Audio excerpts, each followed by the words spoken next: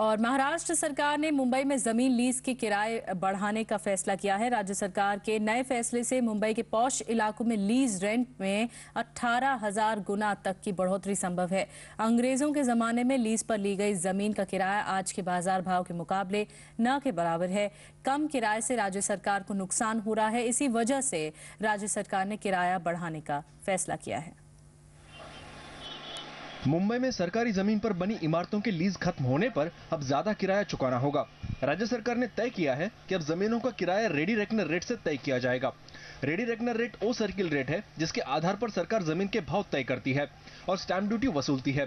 सरकार के नए फैसले से मुंबई के कुलाबा जैसे इलाकों में जो इमारतें सरकारी जमीन पर बनी है, उनके जमीन के किराए में 18,000 गुना तक बढ़ोतरी होगी। फिलहाल अगर 500 वर्ग मीटर का प्लॉट है तो सालाना 17 रुपए रेंट है, लेकिन अब 3 लाख रुपए से ज्यादा रेंट देना होगा। If somebody wants to convert from a lease to not a freehold but a occupation class 2 ownership, that will be allowed, and we are fixing all these rentals and pegging them to the ready reckoner value of the property.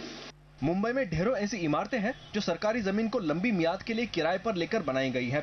Mumbai के पुराने इलाकों में 1282 सरकारी जमीन plot lease पर है, जिसमें से 517 रिन्यू के लिए आने वाली है, जबकि सब अर्बन इलाकों में 259 सरकारी जमीन लीज पर है, जिनमें से 149 की लीज खत्म होने वाली है। इनमें से कई इमारतें 9 से 99 साल या फिर 99 साल की लीज पर है। नए नियमों से लंबी मियाद वाली चालू लीज पर असर नहीं होगा, लेकिन जिनकी लीज खत्म हुई है उन्हें ज्यादा रेंट भरना होगा। बहुत सारी प्रॉपर्टीज जो है वो इस पे ऑलरेडी चढ़ चुकी है, तो उन्होंने अगर समझिए 10 साल का लीज दे रखा है, कंसिडरिंग कि हमारा रेंट खाली 7 रुपये, आउटगोइंग खाली 7 रुपये, पर अचानक से वो रेंट अगर 3 लाख रुपया बढ़ जाता है तो वो प्लानिंग डिस्टर्ब होगी आदमी की। प्रॉपर्टी मार्केट में काफ़ी बुरी तरह से प्रॉपर्टीज में जो इन्वेस्टर्स है, जो रहने वाले हैं, उनको टैक्स भरने पड़ेंगे। राज्य सरकार ने यह भी तय किया है कि अब जमीनों को केवल 30 साल के लिए ही लीज पर दिया जाएगा। अमोल देठे के साथ तरुण शर्मा, जी बिजनेस, मुंबई। और इसी के साथ इस बुलेटिन बस इतना ही। नमस्कार।